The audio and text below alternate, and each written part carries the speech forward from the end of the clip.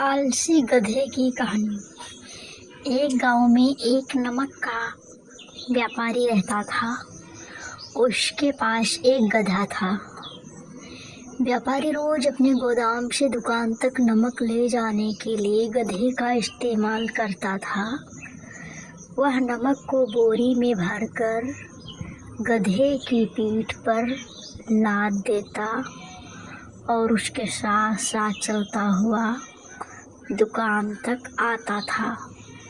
व्यापारी का गधा आलसी प्रवृत्ति का था। काम से बचने के लिए वह नित नए उपाय सोचता रहता था।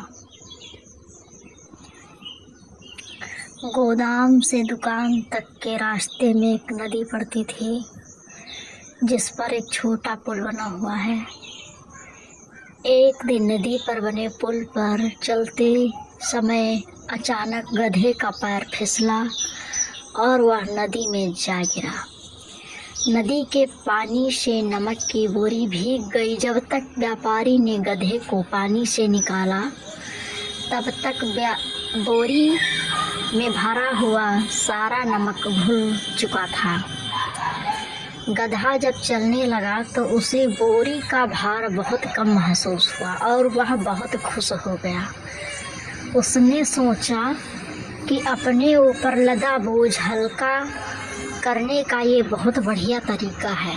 अगले दिन वह जानबूझकर नदी में गिर पड़ा। नमक पानी में घुल जाने से बोरी का वजन फिर कम हो गया। उसके बाद से वह हर रोज ऐसा ही करने लगा। रोज रोज गधे की ये हरकत देखकर व्यापारी उसकी सीख चालाकी समझ गया। उसने गधे को सबक सिखाने का फैसला कर लिया और अगले दिन बोरी में नमक के स्थान पर रुई भरकर गधे की पीठ पर लाद दिया।